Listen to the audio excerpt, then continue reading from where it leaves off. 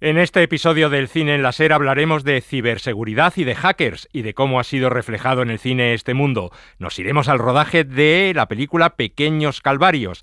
Felicitaremos a Robert De Niro, que cumple 80 años la próxima semana, y charlaremos con Javier Botet, el actor que hace de monstruo o alienígena en muchas películas de cine fantástico y de terror.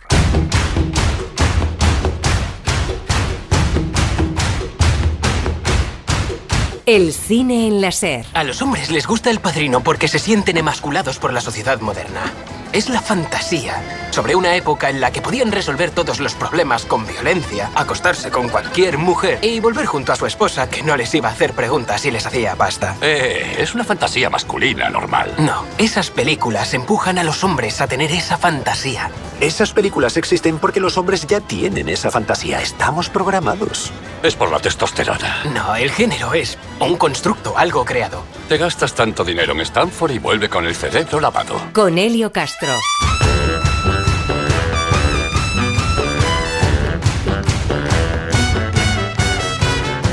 Hola, saludos, bienvenidos a El Cine en la SER. En el programa de hoy les vamos a hablar de ciberseguridad, de los hackers y de cómo los ha reflejado el cine. ¿Qué hemos hecho? El Partido Republicano acaba de hacer una generosa donación a los Panteras Negras. Genial. Sigamos. ¿Y ahora qué hacemos? Veamos. Pero si tenemos la cuenta corriente de Richard Nixon, ¿le echamos valor? Tenemos que encontrar a alguien que realmente merezca su dinero. ¿Qué tal la Asociación Nacional para la Legalización de la Marihuana? Perfecto. ¿Cuánto va a dar? Es muy generoso, digamos que todo lo que tiene. Visitaremos el rodaje de la película Pequeños Calvarios, que se está rodando en Valencia. Motor, por favor, silencio. Equipo, por favor. Acción. El próximo jueves 17 de agosto, Robert De Niro cumple 80 años y nosotros vamos a felicitarle de una manera muy especial. ¿Hablas conmigo? ¿Me lo dices a mí? Dime, ¿es a mí? Aquí no hay nadie más que yo. ¿Con quién puñeta crees que estás hablando? ¿Oh, sí? Y conoceremos un poco mejor al actor Javier Botet, todo un especialista en monstruos, seres fantásticos y alienígenas en el cine, que estrena una nueva película, El Hombre del Saco. Incluso he estado en Star Trek, en Alien, he formado parte de Juego de Tronos, he estado rodando con Leonardo DiCaprio, o sea, cantidad de cosas que son locuras con las que casi uno no se puede permitir ni soñar. Lo tenemos ya todo listo, así que empezamos ya. A propósito, sales por antena en 10 segundos. 9, 8, 7, 6...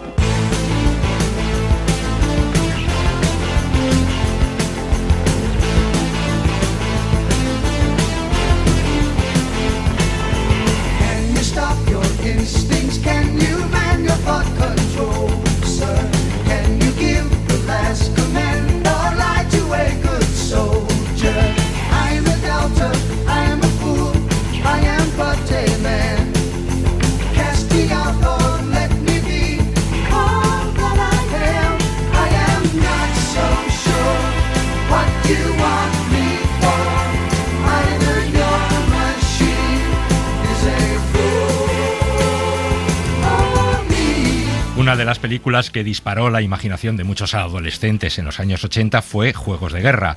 Fue dirigida en 1983 por John Badham, el realizador de títulos como Fiebre del sábado noche o Cortocircuito, y protagonizada por un jovencísimo Matthew Broderick.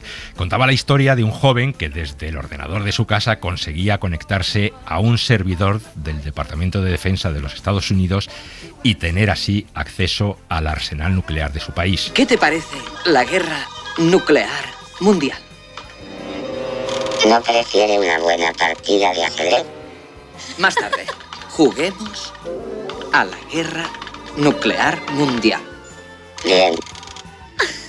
De acuerdo. Fue una de las primeras ocasiones en las que veíamos en las pantallas a un pirata informático, a un hacker. La palabra hacker, aunque castellanizada, escrita con J, con acento en la A y con Q, está en el diccionario de la Academia Española. Hasta hace pocos años el diccionario definía al hacker como un pirata informático, una persona que accede ilegalmente a sistemas informáticos ajenos para apropiárselos u obtener información secreta. Pero a partir de 2017, y gracias a peticiones de la comunidad hacker, a este término se le añadió otra acepción: y es la persona con grandes habilidades en el manejo de computadoras que investiga un sistema informático para avisar de los fallos y desarrollar técnicas de mejora. ¿De modo que les contratan para asegurarse de que nadie puede entrar en nuestras instalaciones? Es un trabajo. Nunca lo hubiera creído. Bueno, nosotros queremos saber más de hackers y de ciberseguridad y de cómo lo ha reflejado el cine, y por eso hemos invitado a nuestro programa a Gonzalo Sánchez Delgado, que es... ¿cómo lo podríamos definir, Gonzalo? ¿Cómo te podríamos presentar? Pues supongo que como el responsable de un equipo de hackers. Un equipo de hackers, de hacking, ¿no? También. Correcto, en sí. una empresa, una de las empresas más importantes del sector, Entelgy Innotech Security. Correcto, ¿lo he dicho muy bien. Que es, como digo, pues una de las empresas de servicios de ciberseguridad más importantes de España, que da servicio a más de 250 organizaciones, entre las que se encuentran pues las principales compañías del IBEX 35 y también organismos públicos españoles e internacionales pues tan importantes como la OTAN, la ONU, la OEA y algunos más. Bueno, Gonzalo, lo primero que quiero saber es si tú eres o has sido un hacker. Bueno, pues supongo que sí, la respuesta sería que sí, ¿no? Evidentemente ahora más desde un plano de coordinación y de gestión, pero sí, vengo del mundo técnico y podríamos decir que sí. Hacker con la segunda acepción del diccionario. Con todas, sí, efectivamente. Pero ¿no te parecías nada cuando tenías 15, 16 años a Matthew Broderick en Juegos de Guerra? No, aunque es verdad que en aquella época el hacking tenía mucho más de actividad underground de lo que tiene ahora, por ejemplo, que es una actividad mucho más conocida, que la gente viene mucho del plano académico y como mucho más profesionalizada, ¿no? Porque tu empresa contrata hackers, entonces. Correcto, sí. Eso es. Lo digo porque en otra película, Los Fisgones, que protagonizó Robert Redford y Sidney Poitier, las empresas, en bancos, contrataban a unos hackers para ver dónde estaban los puntos más vulnerables de sus sistemas informáticos. Caballeros, sus líneas de comunicación son vulnerables. Sus salidas de incendios no están controladas y sus guardas de seguridad están algo desentrenados. Aparte de eso, lo demás muy bien. Recibirán nuestro informe dentro de unos días, pero antes, ¿quién tiene mi cheque? Imagina que algo parecido pues hacen las empresas que os contratan a vosotros, ¿no? Sí, claro que sí. Y de hecho se lleva haciendo muchos años. Bien sea directamente en sus plantillas o indirectamente, simplemente pues recompensando los hallazgos que se reportaban en un momento determinado, las empresas llevan contratando hackers y los estados también mucho tiempo. Porque los hackers que hemos visto en las películas, que vemos en las películas, que en los últimos 20, 30 años pues han sido muy habituales, nos presentan a los hackers, como hemos dicho al principio, como delincuentes, como piratas informáticos. ¿Es una imagen distorsionada por el cine? Sí, seguro que sí. Al final pensemos que vende mucho más una figura pues un poco más oscura, más cercana un poco al oscurantismo, ¿no? A la magia negra de sacar de un ordenador la capacidad de hacer virguerías y de penetrar cualquier tipo de sistema, ¿no? Que el de una persona más técnica, más apasionada por la tecnología, que es lo que realmente son los hackers, que pierde un poco de ese misticismo, ¿no? De ser capaz de cualquier cosa solamente con un teclado de por medio. Cuando pensamos en un hacker se nos viene a la mente, a la imaginación, sobre todo un nombre, Lisbeth Salander, de Millennium, de la serie de novelas que luego se han trasladado al cine, completamente tatuada, que vive solitaria, que vive con una vida desordenada, antisocial, completamente bordeando la delincuencia, cuando no cruzando esa línea, ¿no? Tu jefe, Armansky, me ha dicho que solo haces trabajos que te interesan, así que debería sentirme halagado. También me ha dicho que recurre a ti cuando el trabajo es delicado. Usó esa palabra, delicado. Yo usaré ilegal, porque lo que hiciste fue hackear mi ordenador. Esa es la imagen típica del mundo del cine. Es verdad que el hacker tiene una estética propia, ¿no? Esa estética oscura, muy cargada de vestimenta negra, de tatuajes y siempre en cierta medida como alejada del clasicismo, ¿no? O de la línea clásica del vestir o de la estética. Y es verdad que parte de la naturaleza hacker tiene esa fase de rebeldía, ¿no? De estar un poco en paralelo a la sociedad, pero no es ni mucho menos una estética global que siga a todo el mundo y cada vez probablemente menos, ¿no? El hacking cada vez está creciendo más, cada vez es una profesión más global y eso da cabida pues a multitud de culturas y de estilos y de personalidades. Pero se puede decir que los hackers han contribuido al desarrollo de Internet en general. Sí, claramente, y de hecho en algunas líneas de una manera muy decidida. La contribución principal está en ser capaces de hacer evolucionar la tecnología hacia sus mejores versiones, ¿no? Y de que de alguna manera todo esto se sostenga bajo una estabilidad y un equilibrio.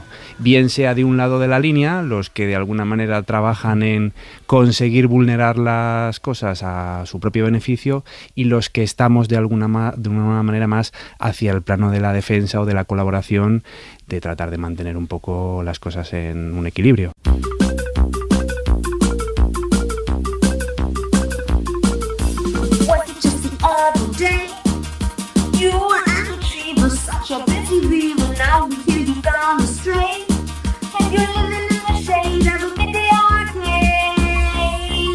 Volviendo a Juegos de Guerra, claro, nosotros lo veíamos con nuestra inocencia, con nuestra ignorancia también del mundo de la informática, y pensábamos automáticamente que eso era imposible. No sé si en los 80 eso era posible desde un ordenador, desde su casa, con la potencia que tenían esos ordenadores de entonces, se podía acceder, era posible pensar acceder a todo un sistema de defensa de los Estados Unidos. Es posible, y de hecho, fíjate, qué ironía que precisamente a principios de este año teníamos el caso de un muy joven hacker español, Alcasec, detenido precisamente por la misma temática que lo que nos presentaba esa película, ¿no? De un joven vulnerando sistemas de organizaciones públicas y accediendo a datos a los que no debería acceder. En aquella época era posible, probablemente en un aspecto es un poco más fácil porque la tecnología era menos madura, menos sistemas de protección y de defensa, también con mayores dificultades porque probablemente en aquella época no había la cantidad de sistemas conectados que hay ahora. Y ahora, con todo lo que se ha desarrollado el mundo de la informática, de Internet, de la seguridad, de la ciberseguridad, ¿somos más vulnerables a los ciberataques o es que hay más ciberdelincuentes? Somos más vulnerables porque hay mucho más nivel de exposición que lo que había antes, ¿no? Y eso, lógicamente, abre puertas para poder ser vulnerable. También es verdad que los niveles de seguridad cada vez son mayores, es decir, los perímetros expuestos en Internet de las organizaciones cada vez son más robustos. Pero es una carrera un poco del perro y el gato, ¿no? Hay más sistemas expuestos, más seguros, pero cada vez abrimos cada vez más, y los sistemas que abrimos cada vez son más desconocidos, más distintos, por así decirlo, ¿no? Con lo cual también nos hace más difíciles de proteger. Yo hace unos días leía una encuesta que decía que el 72% de los CISO, que son, como tú, responsables de ciberseguridad de las empresas, el 72% sentían en riesgo de sufrir un ciberataque importante frente a un 31% de hace unos años. Y hacen muy bien, es decir, hay muchas políticas de asumir que el incidente está garantizado en ese sentido y de trabajar más la madurez de la respuesta ante el incidente, de asumir que el malo ya está dentro, ¿no? Y trabajar políticas más en ese sentido de detección temprana, de respuesta rápida y eficiente, asumiendo, como digo, que en algún momento si alguien te quiere en ese sentido atacar, lo va a poder hacer porque el nivel de seguridad completo del 100% no existe.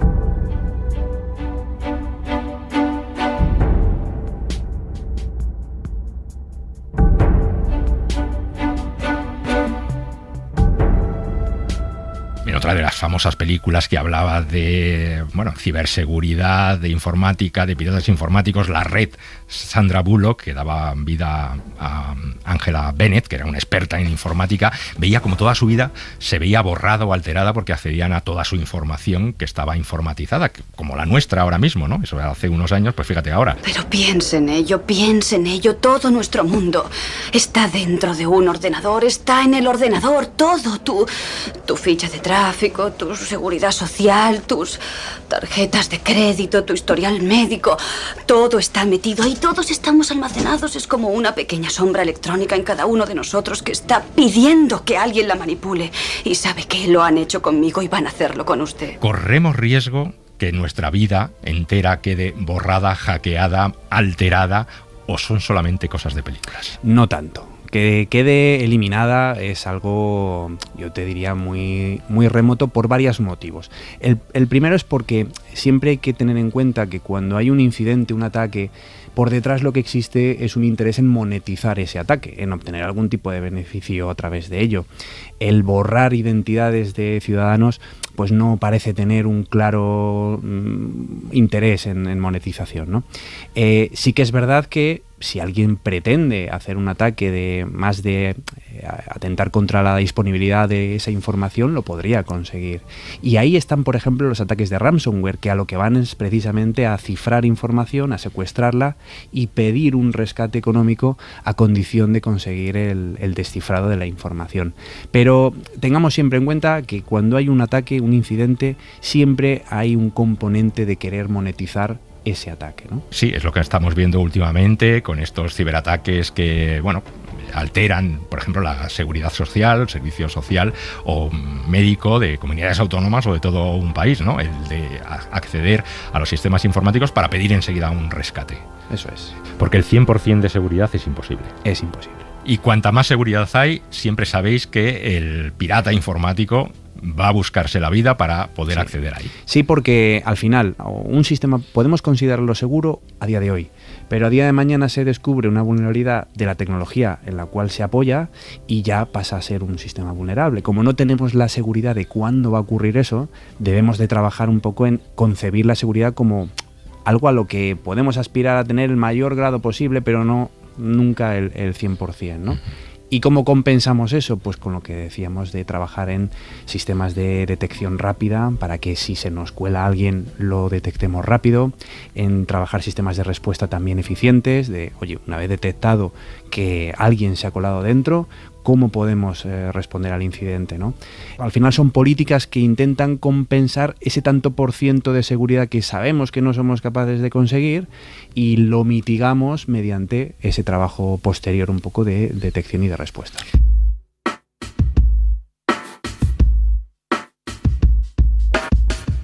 ¿Quién son más conscientes de su vulnerabilidad? ¿Las empresas o los estados? A ver, yo te diría que a nivel de conciencia, los dos. O sea, tú te has encontrado con muchas empresas que les dices, no sé qué estáis haciendo, de verdad que sois más vulnerables que dejar la puerta abierta de vuestra casa. Cada día ocurre menos. Encendidas. Efectivamente, cada día ocurre menos.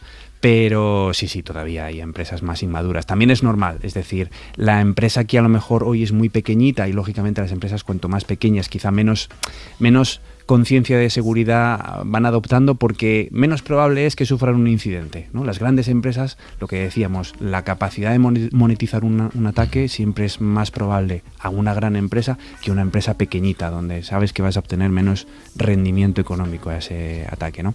Pero esa empresa pequeñita mañana será una media e irá afrontando temas de seguridad y será la empresa un poco más inmadura que nos encontraremos, ¿no? En ese sentido.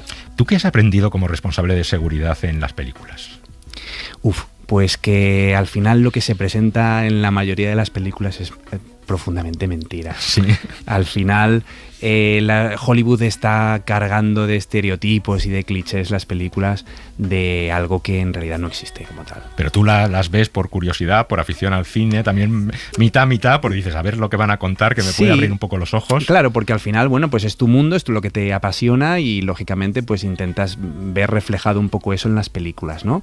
Y salvo honrosas excepciones, al final lo que te encuentras son los mismos clichés de años tras años, ¿no? Esas figuras de hackers antisociales que trabajan en habitaciones oscuras, cargadas de pantallas por todos lados, ¿no? Y al final te das cuenta de que eso se aleja bastante, ¿no? A la realidad. Y como experto, ¿qué es lo que más te molesta de las películas? Pues que se banalice el esfuerzo y el trabajo realmente de la profesión.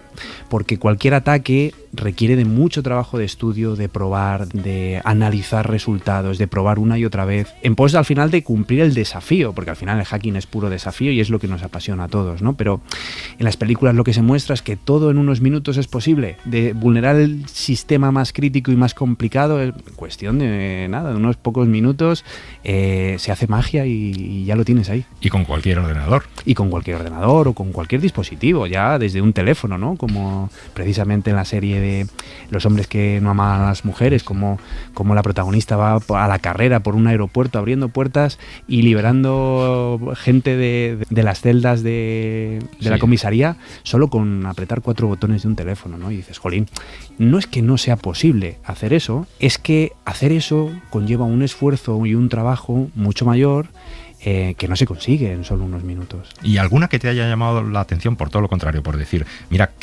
con qué seriedad, con qué conocimiento han tratado el tema. Es complicado, es complicado, es una pregunta complicada.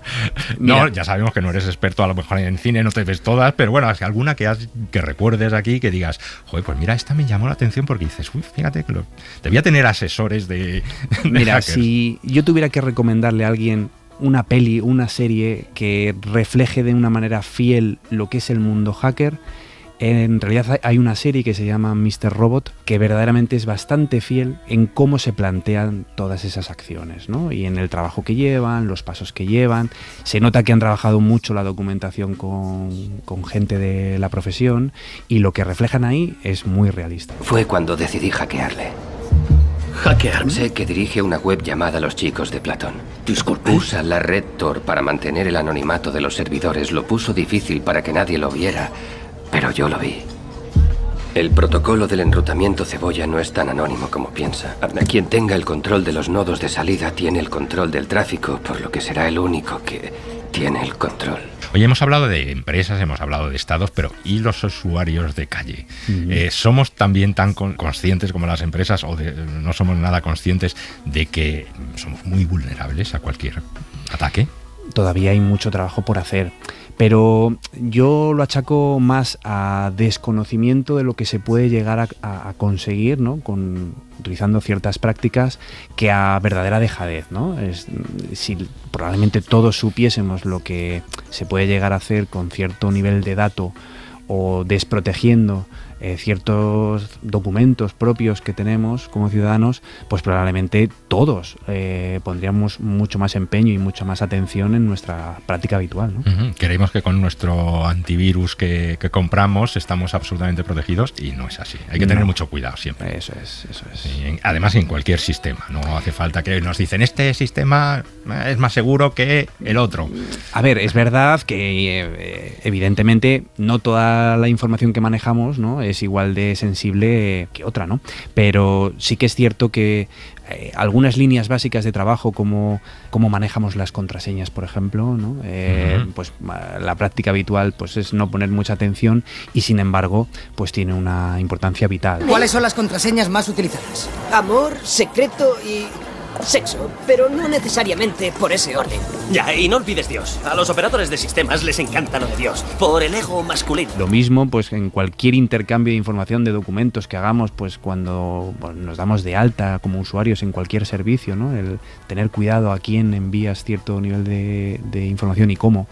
Pues probablemente con esto solucionaríamos un montón de problemas de los que luego ocurren, ¿no? Porque aunque no es muy habitual, porque volvemos a lo mismo, el rendimiento de atacar a una persona particular, a un rendimiento económico, no es tan beneficioso como a grandes organismos, ¿no? Grandes empresas. Pero bueno, que te pueden hacer realmente de todo. Y hay casos horribles de suplantación, tu vida es suplantación y suplantación, sí. Casos horribles de suplantación de identidad donde pues te vas a pasar además un periodo largo de tiempo intentando dar solución a todos los problemas de créditos y de productos contratados a tu nombre y de los cuales eres responsable hasta que consigas demostrar que tú lo que eres una víctima de todos estos casos que hemos dicho, ¿no? Sin decir nombres, por supuesto, y sin contarnos, pero un hackeo que en vuestra empresa hayáis investigado o perseguido o descubierto, que sea, dices, este ha sido un hackeo de película. Hay casos que verdaderamente te ponen los pelos como escarpias. Yo he visto ejecutado por gente del equipo. Algunos casos que verdaderamente son de película, ya no a grandes corporaciones, a bancos, que a lo mejor sería lo que uno se espera, ¿no? Sino a dispositivos entre comillas, como vehículos, como trenes, ¿no? Cosas que verdaderamente son chulísimas de ver e impresionantes, que dices, es que esto verdaderamente da para una película. Ese comienzo, cuando a vosotros como expertos en seguridad os hace saltar las alarmas, se enciende la lucita roja, ¿cuándo es? ¿Cuando veis algo que no cuadra? ¿Cuando hay algo que extraño? ¿Cuál es la primera señal de sospecha que surge en vosotros? Uno de los primeros pasos que se suele seguir en un ataque muchas veces son los ataques de ingeniería social, el conseguir una credencial, porque no recordemos que para conseguir tomar el control de un activo, del tipo que sea, se necesitan 2 requisitos. Uno, que esté conectado, que podamos conectarnos a él e interactuar con él, ¿no? Y el segundo es que lo use un usuario. No se tienen que dar los 2 necesariamente, con uno nos vale. Es decir, un elemento, un ordenador puede ser muy seguro, muy robusto, no tener ningún problema que tú puedas explotar para ganar el control, pero a lo mejor no lo necesitas. A lo mejor lo que simplemente te vale es conseguir las credenciales, el usuario y la contraseña del usuario legítimo de ese activo, ¿no? Y cuando arrancamos un proceso de intrusión, un ejercicio de red team, ¿no? que es como lo llamamos nosotros, muchas veces todo esto arranca con conseguir un usuario y una contraseña. Algo que no es demasiado sexy para una película, ¿no? Muchas veces nos imaginamos el compromiso. Bueno, pues también hay muchos argumentos que dicen hay que conseguir la contraseña, la credencial, la huella digital del ojo, la huella digital de la mano. Hay una película que es no muy antigua, que se llama Who Am I, que es un comando linuxero muy común. Y todo esto arranca porque le consiguen una intrusión sobre el servicio de inteligencia alemán, el BND. Y todo arranca porque consiguen una credencial de una usuaria interna del servicio a través de un correo electrónico con unas fotos de gatitos, ¿no? Y al final hay mucho de eso en los ejercicios. Un phishing de gatitos, ¿no? Efectivamente, de conseguir una credencial de un usuario legítimo y entras en el activo pues como lo haría el usuario legítimo, ¿no? De la aplicación. Pero claro, eso muchas veces no vende tanto en las películas, ¿no? No parece tan mágico. Por eso no hay tanto componente de ingeniería social. Si tú te fijas en las películas, apenas hay de esto. Son las que tratan un poco de asemejarse un poco más a la realidad. Bueno, pues Gonzalo, hemos aprendido mucho de ciberseguridad, de ataques, de los hackers, ¿no? De estos personajes que vemos en las películas, y hasta la próxima. Igualmente. Cuando llegues a la cumbre, no te sientes a esperar, no es lugar para quedarse y a descansar. En la cresta de la ola no te puedes instalar, no te detengas, márchate ya. Lo que sube disparado, luego tiene que bajar. Sigue rodando, vuelve a empezar. Sigue pronto tu camino, sin volver la vista atrás. Sigue rodando, muévete ya. Muévete ya, muévete ya. Porque tú has nacido para rodar. Muévete ya. Que tú has nacido para rodar. Ya nos lo dice cantando Javier Gurruchaga y su orquesta Mondragón. Nosotros probablemente no, pero los directores de cine sí que han nacido para rodar películas. Valeria Sánchez Chamorro se ha pasado por el rodaje de la película Pequeños Calvarios, que se está desarrollando durante estos días en Valencia.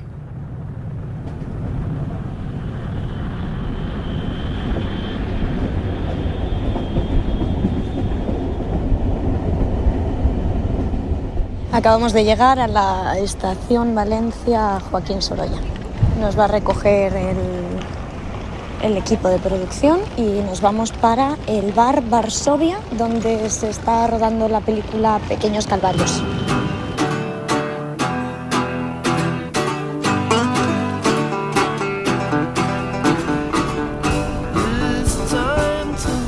Pues el bar Varsovia nos gustó mucho por la estética que tiene, porque principalmente está bañado de color rosa, un color que a mí particularmente me gusta mucho. Vamos a ver tonos muy saturados y buscábamos justamente que de origen pudiéramos partir de un espacio un poquito fuera de lo común. Y es una cena muy divertida en la que un personaje va a contar a sus amigos que le queda poco tiempo de vida y a partir de aquí pues vamos viendo cómo se lo toman ellos, ¿no? Este es Javier Polo, el director de la película que nos ha servido de guía en el rodaje. Un rodaje en el que se han repetido las típicas órdenes de...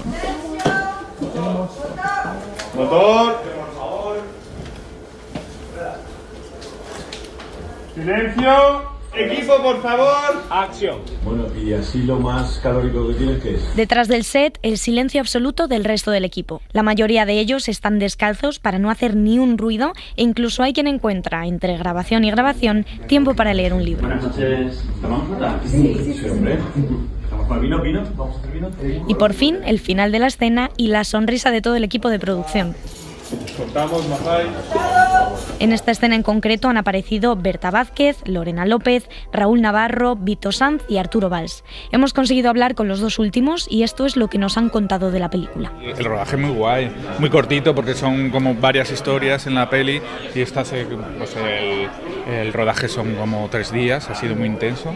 Y bien, la obsesión, pues yo soy un especialista en personajes hipocondriacos y tal, así que lo llevo bastante bien, me lo paso muy bien. Es una historia muy coral y creo que todos los personajes nos complementamos muy bien y lo que más me gusta es el tono que tiene de esa crítica que hace a la sociedad y al momento que estamos viviendo, a lo que nos estamos convirtiendo, ¿no? los seres humanos, de las neuras de cada uno de nosotros, entonces se ponen ahí de manifiesto en esta escena, o sea que hay algo de análisis del ser humano que siempre funciona muy bien en la comedia. A mí es la comedia que más me gusta, es esa, cuando vemos ahí las miserias de lo que somos. El elenco está formado por caras muy conocidas para muchos, pero queríamos saber por qué ellos. Pues esto, la verdad que hay personajes que lo tenemos todos claros desde el principio, como fue Vito Sanz, que fue el primero que directamente le escribimos y ya nos dijo que sí en una primera versión de guión, todavía un poco inmadura si quieres, y a partir de aquí ha habido un poco de todo, ¿no? Ha habido algunos personajes que han venido, pues ha propuesto a alguien del equipo, otros que pues los he propuesto yo y de pronto pues al principio dices, hostia, pues no lo acabo de ver y luego lo piensas 2 veces y te encaja, ¿no? Javi lo vende muy bonito, pero la realidad es que estás un viernes tumbado en el sofá a la 1 de la mañana y recibes un WhatsApp por el grupo que tenemos todos de he pensado en no sé quién porque lo acabo de ver por la tele. El lunes llamamos, ¿vale? Quien nos ha confesado la verdad es Gerard, productor ejecutivo de Japonica Films. Y Frank, su director de producción, nos ha contado cómo está funcionando el rodaje. La verdad es que está siendo un rodaje que no están habiendo grandes fuegos, encima está siendo un lujazo porque estamos haciendo, yo diría ya no solo compañeros de trabajo, de camino, sino también amigos entre, por ejemplo, los actores, está siendo como muy fino todo y está funcionando muy bien. Al final el cine es algo como bastante complicado y difícil y creo que si no se hace un poco en familia o en una cierta confianza te pegas un tiro. Junto con la productora de Javier, los hermanos Polo, de la que también forman parte Guillermo y Borja, han dado forma a esta película. Y aunque Pequeños Calvarios no esté dando muchos problemas, sí que ponen alguna pega, como por ejemplo la época del año en la que se está haciendo. Un infierno. No, a ver, nosotros... Por lo menos desde Japónica llevamos diciendo no rodamos más en verano, llevamos 3 veranos rodando, no podemos más, es horrible, es la peor etapa para rodar, quiero decir, cuando sabíamos la fecha de rodaje dijimos, bueno, hagamos una apuesta a ver a quién le da primero una insolación y cuántas vamos a tener, porque además es que nos venía ola de calor. El calor de agosto en Valencia obviamente no es cosa menor, pero hay apegos que son inevitables. La terreta tira mucho, la verdad que sí que es donde nos hemos criado, conocemos muy bien el territorio, las localizaciones que tiene, la luz de Valencia siempre nos inspira mucho y luego pues evidentemente también las ayudas que tenemos aquí de la Comunidad Valenciana, de la Televisión Valenciana que están apoyando mucho nuestros trabajos, pues nos facilita las cosas. Pequeños Calvarios, la comedia de obsesiones y manías de Javier Polo, se estrenará de la mano de Sideral el año que viene, pero de momento habrá que esperar. Nosotros nos vamos como hemos venido.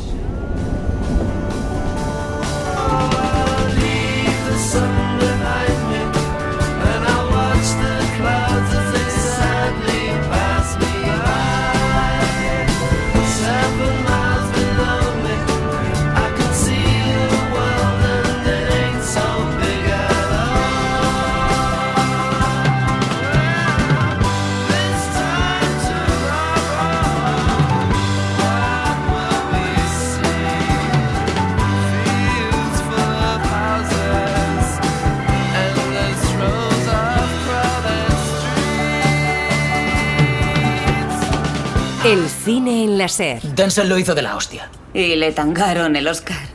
Eso fue una putada. Un amaño. Un puñetero tongo. Demasiado negro, demasiado fuerte. ¿Al Pacino? Vamos. Deja a Pacino, el precio del poder mola. Fue una compensación de la Academia de las Artes y las Ciencias. A Pacino lo jodieron 4 veces. Lo jodieron por El Padrino y luego por El Padrino 2. Por Sérpico y lo jodieron a lo bestia por Tarde de Perros. Así fue.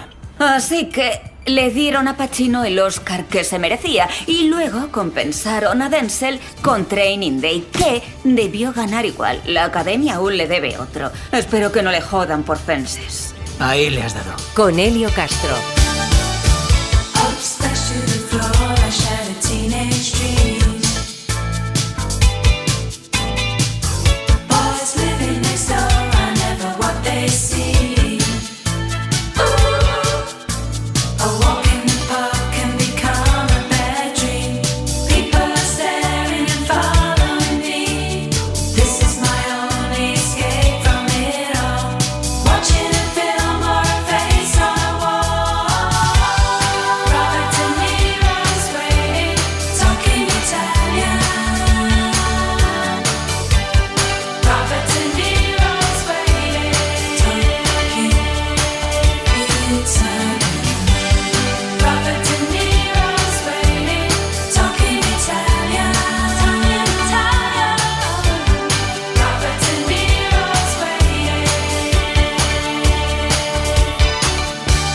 Esto es lo que cantaba el grupo Bananarama. Robert De Niro está esperando.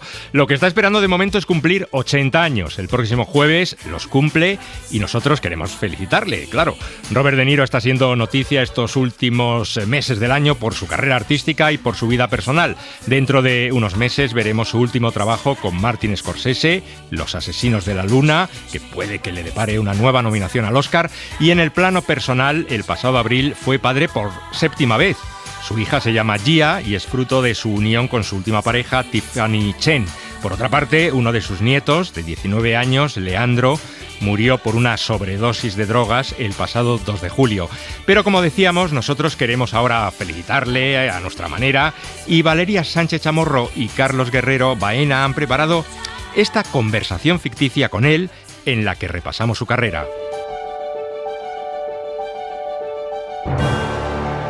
Hoy tenemos un invitado muy especial que esta semana cumple nada más y nada menos que 80 años. Ha venido a los estudios de Gran Vía 32 porque le pillaban de paso. Se sienta aquí con nosotros para hacer un repaso por sus papeles cinematográficos más importantes. Con todos ustedes, Robert De Niro. Es increíble. Hola. Me alegro de verte. Hola, Robert. Me alegro de verte. No te levantes. No, hombre, no, ¿cómo no me voy a levantar, por favor? Es increíble. Siéntate aquí, por favor, Robert, aquí a mi verita. Cada vez que vuelves de una gira, no sé qué será. Debe de ser algo que hay en el aire o en la gira. Ay, como eres de verdad. No seas talamero, por favor. Lo digo en serio, es asombroso. Estás preciosa. Bueno, ¿y yo? Sí, lo sé. También tienes buen aspecto. No me había olvidado de ti. Hombre, no sabía yo ya si con la edad te estaba empezando a fallar la memoria. ¿Qué? ¡Ah! ¡Oh, me encanta este hombre! Siempre se le ocurren frases geniales, me encanta. Dímelo a mí, Robert, que trabajo con él. Es tan ingenioso. Es maravilloso, eres maravilloso. Pero bueno, vamos a hablar ya de tu trayectoria, ¿no? En 1981 ganaste el Oscar a Mejor Actor con Toro Salvaje. As Jake LaMotta in the film Raging Bull. The winner is Robert De Niro, The Raging Bull. Sí, y vamos a recordar un poco tu personaje de Jake LaMotta en la película de Scorsese. Eras un joven boxeador que tenía grandes sueños, pero era un poco violento. Den un escenario a este toro donde pueda demostrar su bravura. Pues aunque lo mío es pelear, más me gustaría saber recitar. ¡Esto es espectáculo! Este papel, la verdad es que es grandioso. Es notable, a mí me gusta, es genial. Aunque ganaste previamente otro Oscar por El Padrino 2 en 1975. Andateci domani voi auge a parlare con Fanucci. El magnífico Vito Corleone. Aunque antes intentaste ser Sonny en la primera película de Francis Ford Coppola. Sí, pero el director prefirió a James Caan. Eso es asunto mío, vete a la mierda. Bueno, no queríamos ofenderte, Robert. Vamos a escuchar tu grandioso casting. You're gonna take both of them out on me. You're gonna take them. And you know what they're gonna do to you? And you know what you do when you knock somebody off? Es imposible, no sé cómo decírtelo. ¿Qué quieres, que me ponga a llorar como un niño? Melancolía aparte, grandioso papel el que hiciste en Taxi Driver de Scorsese en 1976. Quedará para los anales la mítica escena de... ¿Hablas conmigo? ¿Me lo dices a mí? Dime, ¿es a mí? Aquí no hay nadie más que yo. ¿Con quién puñeta crees que estás hablando? Aquí hacías de un excombatiente de la guerra de Vietnam con un insomnio crónico que se hace taxista. Un tío muy majo. Y por último, aunque hay muchísimas más, Érase una vez en América. Mención especial a la banda sonora de Ennio Morricone. Era maravilloso, era un gran innovador, una gran pérdida. Hacías de mafioso, de gángster y eras todo un asesino. Y sin embargo, todo el mundo amó al pequeño Noodles y a sus amigos. Nosotros somos los mejores guardas que vas a tener nunca. Venga, Noodles, venderemos tu invento en otra parte. ¿Tenéis un submarino? Tenemos sal. ¿Tenéis qué? Mis amigos y yo tenemos sal. Necesitamos 3 toneladas por cargamento. ¿De qué coño estáis hablando? Volved a la escuela, mocoso. Bueno, Robert, en los últimos 20 años te has alejado un poco de estas películas de acción y te vemos más en comedias románticas que quizás no hayan tenido tanto impacto. Aunque Valeria ve todas las navidades, noche de fin de año. Pero, ¿por qué este tipo de películas? Porque en la vida hay ocasiones en las que uno debe hacer ciertas cosas aunque sepa que no están bien. ¿Entiendes lo que quiero decir? Bueno, en 2008 aseguraste que te dormías viendo tus películas antiguas. A lo mejor estabas un poquito cansado de ese cine. ¿No te parece curioso? Cuando eres joven te asusta decir esas cosas, pero 15 o 20 años después eres capaz de decir todo lo que tendrías que haber dicho 15 o 20 años antes. Es la gran ironía de la vida. ¿No crees? ¿Eres feliz en este trabajo? A ver, Robert, aquí hemos venido a hablar de ti y ahora toca la comedia romántica, que además, todo hay que decirlo, hay mucha gente a la que le gusta y va al cine a verlas. Es vital en este negocio. Bueno, tienes películas mejores. En fin, carece de sentido seguir hablando de ese tema. Eso es. Tus papeles en El Irlandés y El Joker son otra cosa. Y dentro de nada vamos a verte en Killers of the Flower Moon de Scorsese, presentada en Cannes y con mucha fuerza para la carrera por los Oscars de 2024. Los Osage tenían la peor tierra posible. Oye, Robert, ¿a dónde vas? Tengo que irme ya, tengo que coger el autobús. Cuídate mucho. Que íbamos a sacar la tarta. Adiós, Robert, te llamamos el 17, ha sido un placer. Cariño, sé buena. That was a wonderful remark. I had my eyes closed in the dark. I saw a million sighs. I told a million lies to myself.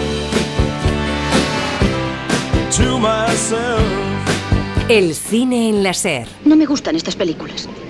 Por favor, es que yo no sabía que le disgustaran. No entiendo de cine, pero si hubiese sabido... ¿Son estas las películas que usted ve? Pues sí, yo vengo aquí y no es que me gusten demasiado, pero en fin... Llevarme a este sitio es tan indecente como decirme vamos a acostarnos. Con Helio Castro.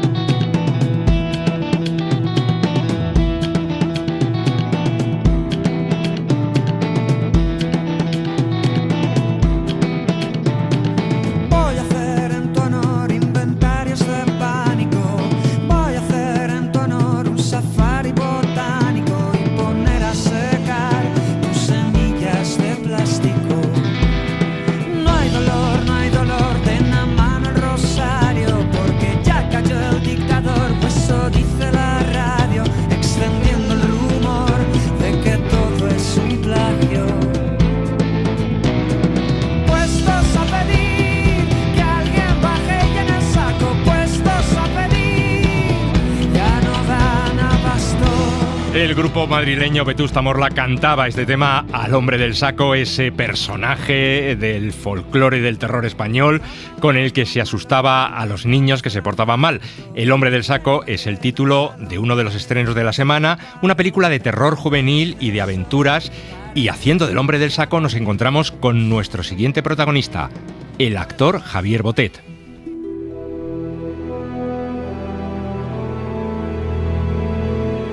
Quizá a muchos de ustedes su nombre no les suene, pero Javier Botet es uno de los actores españoles que más trabaja en el cine internacional. Lo dicen a veces que es el que más películas internacionales hace.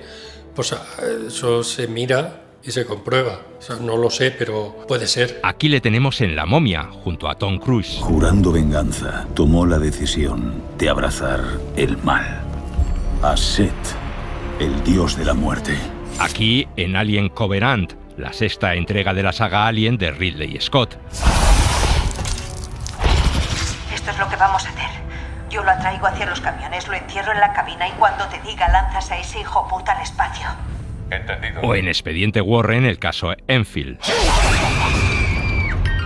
Y también le hemos visto en It, o en Insidious, La última llave, o en Juego de Tronos, y en muchas, muchas más. Sí, es verdad que, claro, no vas a comparar el protagonista que se hace Bardem en tal peli con muchos personajes míos que son un par de escenitas, porque dentro que cabe los monstruos salen, se insinúan y luego al final más. Su especialidad son los monstruos, alienígenas y todo tipo de personajes del cine fantástico y de terror. Existo en la mente de la mayoría de los directores de género y de fantasía, y eso hace que no pare de moverse la rueda y me siguen llamando y a seguir dando gracias cada día. A eso contribuye el peculiar físico de Javier Botet, 2 metros de altura y extremadamente delgado, con brazos y piernas muy flexibles. Yo me acerqué a un taller de efectos especiales porque era conocedor de que tenía algo que bien explotado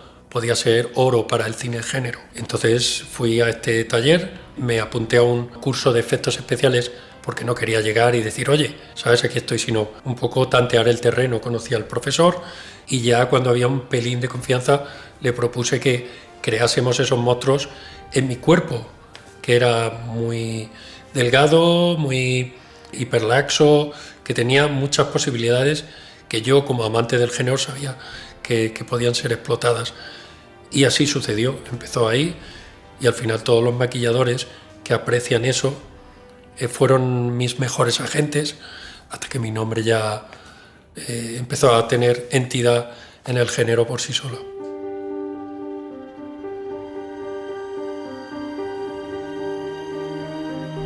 Comenzó a trabajar en el cine en el año 2005 con la película Bajo aguas tranquilas y 2 años después, en 2007, le llegó su primer papel importante. Muy buenas noches, les habla Ángela Vidal. Hoy vamos a acompañar a una patrulla de bomberos en su recorrido nocturno por las calles de nuestra ciudad. La niña Medeiros en REC. Está hablando de la niña, Pablo. Esa niña estuvo aquí. Tengo mucho cariño por lo que supuso a nivel de trabajo internacional, que se abrió un poco mi carrera a mamá, y además por la experiencia, que fueron varios meses muy intensos, pero muy, muy, muy buenos. Luego, por todo lo que me dio esa primera chispa enorme, que aún sigue dándome calor, a la niña Medeiros, de REC. Es algo que nunca podré estar suficientemente agradecido. Y luego, amo los alienígenas, entonces el Devil's Gate hay un diseño de criatura preciosa, el neomorfo de Alien en el que se basó el movimiento en mí, y Crooked Man de Conjuring 2. Así sería una pequeña selección. Eso sí, todavía no ha logrado aparecer en una de sus sagas favoritas, Star Wars, la Guerra de las Galaxias. Una de las primeras pelis que vi en cine fue El Retorno del Jedi, entonces fue como una verbena de criaturas, de entornos fantásticos. Eso pues me voló la cabeza y pues por eso mismo es inevitable tener en el corazón Star Wars, que lo amo, lo he fundido en la juventud sobre todo. Y bueno, pues como un círculo cerrado sería hacer algo, por poco que fuera el universo de Star Wars. ¿Qué no sucede? No pasa nada, porque a lo largo de estos años he cumplido tantos sueños, tantas experiencias increíbles. Incluso he estado en Star Trek, en Alien, he formado parte de Juego de Tronos, he estado rodando con Leonardo DiCaprio, o sea, cantidad de cosas que son locuras con las que casi uno no se puede permitir ni soñar.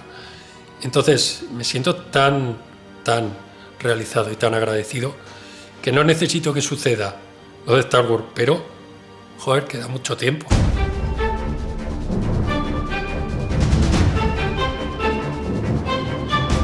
Javier Botet nació en Ciudad Real en 1977, ahora tiene 46 años.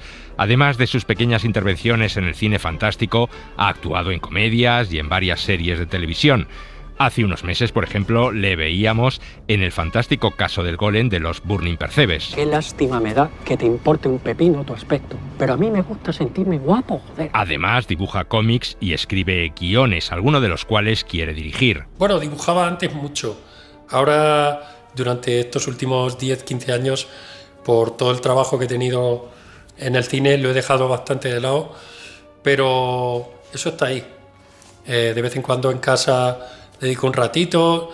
Lo que hago ahora mucho también es escribir, porque en un momento dado pretendo dirigir. Una de las cosas que estoy escribiendo y he escrito es una peli a modo de historietas como Amazing Stories, que son como aparentemente ingenuas, pero sí esa ingenuidad inocente que aceptas, porque estás viendo ese tipo, ese tono de aventura. Javier Botet, como gran especialista en el género que es, sabe mejor que nadie dónde radica el secreto para conseguir un buen monstruo de cine. Para mí radica en no mostrar, sino en insinuar, en proponer y dejar huecos en blanco para que cada uno los rellene con sus propios miedos.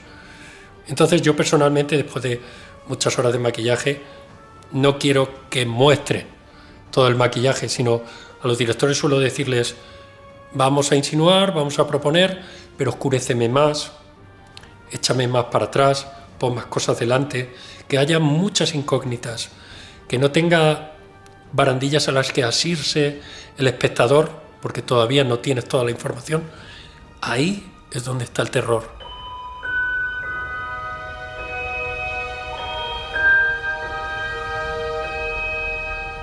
Y de los monstruos clásicos que hemos visto en las pantallas a lo largo de los años, menciona especialmente a dos. Entonces, haber hecho en teatro Frankenstein fue muy especial, porque con ese personaje encuentro muchas semejanzas respecto a mi relación con mi padre, respecto a mi relación con el mundo, la aceptación, el entendimiento de uno mismo, y hay una serie de cosas que me conectan muchísimo con la criatura de Frankenstein. Pero sí es verdad que cuando me preguntaban los últimos años cuál era el clásico que quería echar en mi huchaca, decía, el origen de los monstruos en el cine son Nosferatu y Drácula, ¿no? Es el origen de esto que llevo tantos años alimentando. Entonces ese elegiría, pero justo hace poco y en verano estrenamos también una producción de Amblin, que por fin he interpretado a Drácula en el último viaje del Demeter. Y nada, así que de alguna manera me siento muy realizado y muy feliz, muy agradecido, y que dure todo lo posible, claro. Así es Javier Botet, el actor que pone su cuerpo para dar vida a todo tipo de seres extraños, malvados, fascinantes que vemos en el cine. Un Javier Botet que, como muchos de los monstruos que ha interpretado, prefiere vivir más de noche que de día. En general, he sido siempre de biorritmos nocturnos. Me cuesta mucho más las mañanas que las noches. Las noches, rodaje de noche, encantado. Lo que pasaba desde crío, que dibujaba y se me iba las horas, y eran las 6 de la mañana y me había desaparecido el tiempo. Sin embargo, por la mañana no me pongas a hacer algo de foco, porque estoy disperso.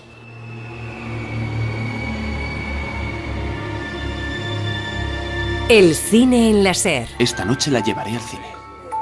Acepto ir al cine. Necesito dormir urgentemente. Con Elio Castro.